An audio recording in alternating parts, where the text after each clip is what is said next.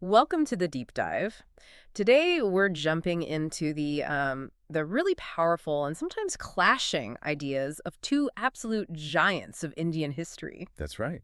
We're talking Mahatma Gandhi, often called the father of the nation, and Dr. B.R. Ambedkar. Exactly. Ambedkar, the key architect of the Indian Constitution, such a fierce advocate for, well, for marginalized communities. Two monumental figures. Definitely. And our deep dive today, it's structured around this really fascinating debate script we found. It's basically a dialogue.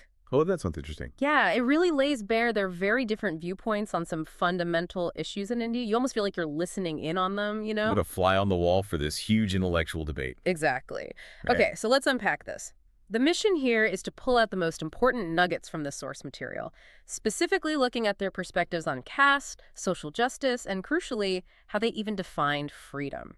And what's really fascinating, I think, and what this dialogue highlights, is how these two leaders, right, they both wanted a better India, an independent India. Sure, the common goal. But their approaches, fundamentally different. They tackled these core issues from completely different angles. Yeah. And it led to this, well, this clash of ideologies that, honestly, you can still feel the echoes of today. Absolutely. So this material really sets the stage for understanding their very distinct ideas about what freedom even means and the paths they saw to achieve social change. And it really is a clash right from the get-go. The material throws us straight into how they saw caste differently. Okay. So Gandhi, we see him proposing more of a spiritual revolution within the existing system. Within it, okay. Yeah, he believed the caste system itself, despite, its historical evils, could somehow be purified through what he called Harijan service, his work for the upliftment of Dalits, the untouchables. Focusing on changing hearts and minds. Pretty much.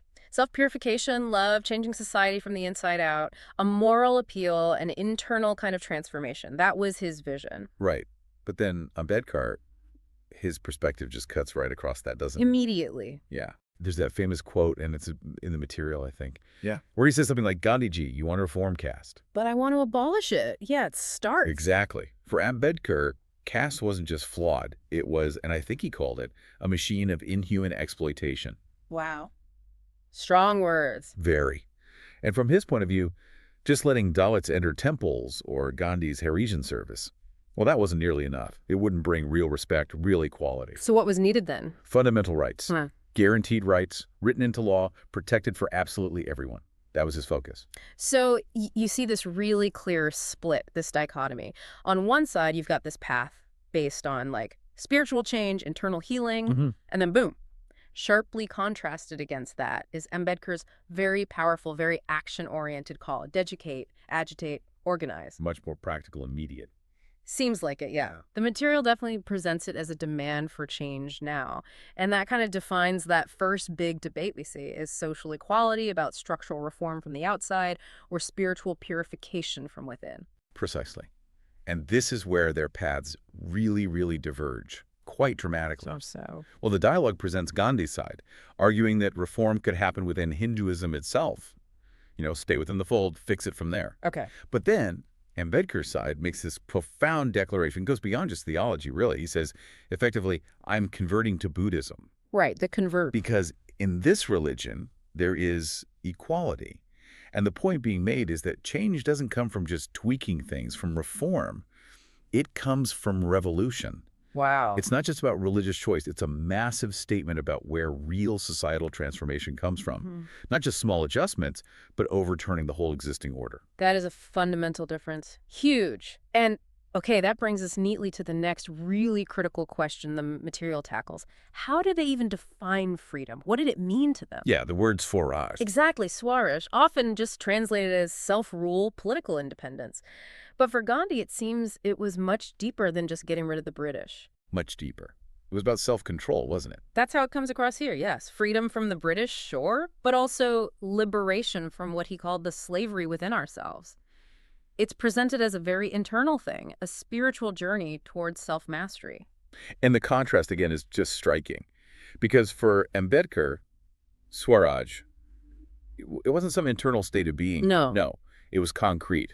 Tangible. It meant social and economic justice for every single individual. Guaranteed by law, enforced by the state, by society. Okay, so much more external, systemic. Absolutely. The debate script makes it really stark. Hmm. It basically says, without granting rights to Dalits, Swaraj is a lie. Powerful. It completely shifts the focus, doesn't it? From that internal, maybe spiritual freedom to a freedom based on rights on systems, demanding protection and provision for everyone. So what really emerges so powerfully from this whole debate, this dialogue, is how these two giants just fundamentally saw freedom through their own distinct lenses. Gandhi talking mainly about the soul's liberation, internal change, self-purification. That inner transformation. Right. And then Ambedkar just relentlessly fighting for society's liberation through systemic reform, through guaranteed concrete rights. Completely different emphasis. And if we connect this to the bigger picture, think about today. This material really highlights how both these ideologies, these perspectives, are still incredibly vital. They haven't gone away. How so?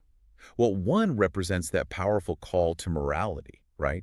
To internal purification, appealing to individual conscience, change from within. The Gandhian approach. And the other champions justice through external means, and forcible rights, demanding those structural shifts, legal protections for everyone.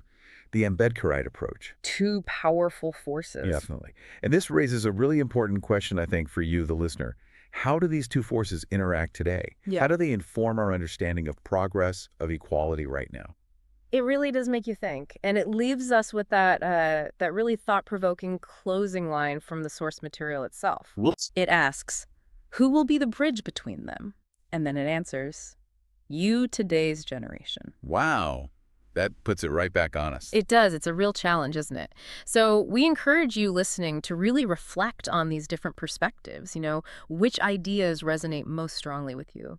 Or maybe, how could you, in your own way, build some kind of bridge between these incredibly powerful historical viewpoints? Yeah. In your own understanding, maybe even in your actions. Something definitely to mull over.